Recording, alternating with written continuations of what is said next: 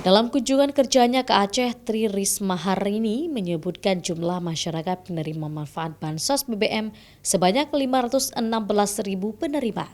Diharapkan bantuan ini dapat digunakan untuk membantu biaya belanja kebutuhan pokok di saat terjadinya kenaikan harga berbagai jenis kebutuhan pokok. Berdasarkan pantauan Risma, di Banda Aceh realisasi BLT BBM per hari ini telah mencapai 88,56%. Dan di Aceh secara keseluruhan ditargetkan realisasi selesai pada pekan ini.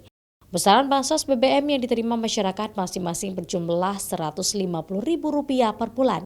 Untuk tahap pertama dibayar 2 bulan dan ditambah lagi dengan bantuan pangan non-tunai sebesar Rp200.000 sehingga penerima masing-masing menerima Rp500.000. Tadi saya lihat datanya di Aceh 88,65%. Kota Banda Aceh. Kota Banda Aceh. Yang Aceh Jaya itu baru 60, kemudian satunya tadi Jaya Baru 60%. Yang lain di atas 90% semua.